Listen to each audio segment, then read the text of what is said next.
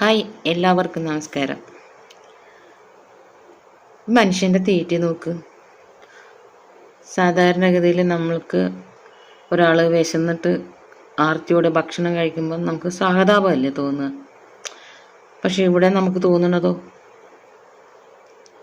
അവനെ വിശന്നിട്ട് പണ്ടാരടങ്ങി ചാവണമെന്ന് വിചാരിക്കുന്നില്ലേ.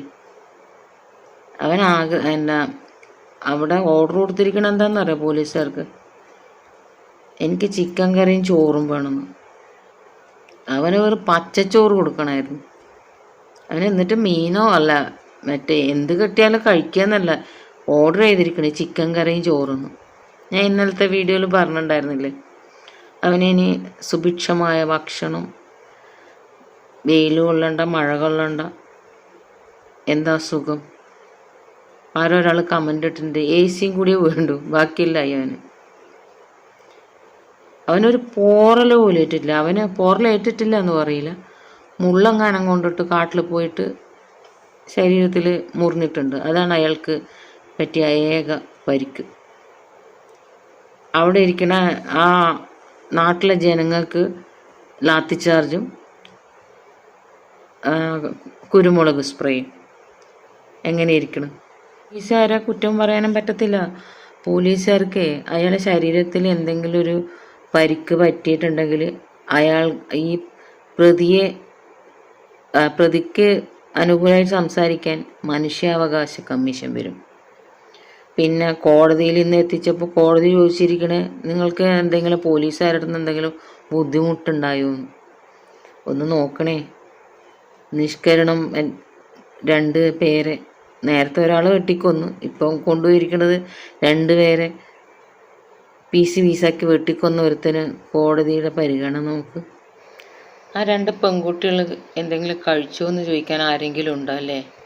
ആ കുഞ്ഞുങ്ങളെ കാര്യം കോടതി ഓർക്കണുണ്ടാവും. പിന്നെ കോടതിയോട് അവൻ പറഞ്ഞിരിക്കണ എന്താ, എന്നെ ശിക്ഷിച്ചോളൂ, എന്നെ 100 വർഷം വരെ ശിക്ഷിച്ചോളൂ എന്ന്. ഇയാൾ 100 വർഷം വരെ ജീവിക്കൂ? ഇയാൾക്ക് ഇപ്പം തന്നെ 58 വയസ്സായി. ഇനി 100 വർഷം ജീവിക്കാൻ ഇയാളെന്താ അത്ഭുത മനുഷ്യനാണ്? അപ്പം ഇതൊന്നല്ല അയാളെ ലക്ഷ്യം. അയാളിപ്പോൾ പാവത്തം കഴിച്ചിട്ട് അയാൾക്ക് പരോള് കിട്ടണം. അടുത്ത പരോള് കിട്ടിയിട്ട് വേണം ഇനി അയാൾക്ക് അടുത്ത ടാർഗറ്റ് നടപ്പിലാക്കാൻ. ഇയാളിപ്പോൾ പറയുന്നുണ്ട്, പോലീസുകാരോട് പറഞ്ഞിരിക്കണ്, ഇനി അടുത്ത ഇര 3 പേരുണ്ട്, 3 പേരല്ല 3 പേരുണ്ട്. ഭാര്യ, മകള്, കുഞ്ഞുണ്ട്. ഇപ്പം 2 മാസം 1 മാസം അങ്ങനെ ആയിട്ടുള്ളൂ അയാളെ മകൾ പ്രസവിച്ചിട്ട്. പിന്നെ മകളെ ഭർത്താവും. അതായിരുന്നു ടാർഗറ്റ് എന്ന് പറഞ്ഞു. ഇതൊക്കെ പറഞ്ഞത് വെറും നുണയല്ലേ.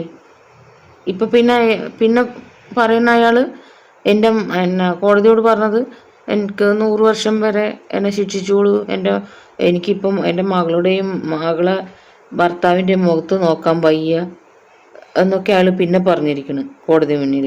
അതായത് നല്ല വേള ചാഞ്ഞിട്ട് ഇത് തന്നെ വീണ്ടും ജാമ്യത്തിൽ ഇറങ്ങാൻ. അപ്പം അയാൾ ഭാര്യയും മക്കളൊന്നല്ല അയാളെ ലക്ഷ്യം. ഇപ്പം കൊന്ന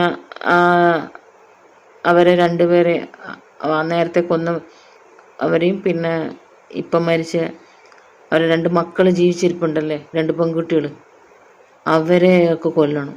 പിന്നെ അടുത്തുള്ളൊരു പുഷ്പ എന്ന് അങ്ങനെ പറഞ്ഞ ലേഡി പറഞ്ഞില്ലേ, അവർ പള്ളിയിലെങ്ങാനോ പോയതുകൊണ്ട് രക്ഷപ്പെട്ടെന്ന്. അവരാണ് ഇപ്പം ഇയാളെ ടാർഗറ്റ്. അതുമാത്രമൊന്നും ആയിരിക്കില്ല, അയാളുടെ മനസ്സിൽ വേറെ ആരൊക്കെ ഉണ്ടോയെന്ന് ആർക്കറിയാം. എന്നിട്ട് ഇയാൾക്ക് കിട്ടുന്ന പരിഗണന നോക്ക്. ഇതാരെയാ ഇനി കുറ്റം പറയാം? നമ്മളെ നിയമവ്യവസ്ഥയൊക്കെ മാറേണ്ട സമയം കഴിഞ്ഞില്ലേ. പണ്ടെങ്ങാനും എന്താ പറയുക, എഴുതി വെച്ചതാന്ന് തോന്നുന്നുണ്ട്. അന്നത്തെ പോലെയാണോ ഇന്ന്? ഏതൊക്കെ തരത്തില. ഇപ്പോൾ 1 പറഞ്ഞു 2 പറഞ്ഞു, 2 പറയാൻ നിൽക്കില്ല. നേരത്തെ കണ്ട വാർത്തയിലും കണ്ടു ഞാൻ, സ്കൂൾ ബസ്സിൻ്റെ അകത്ത് ഇരുന്നിട്ട് 9ാം ക്ലാസ് പഠിക്കുന്ന കുട്ടിയെ +2 പഠിക്കുന്ന കുട്ടി കത്തിയെടുത്ത് കുത്തിയെന്ന്. ഇപ്പോൾ ഈ കുഞ്ഞുങ്ങളെയൊക്കെ മൈൻഡ് കണ്ടില്ലേ.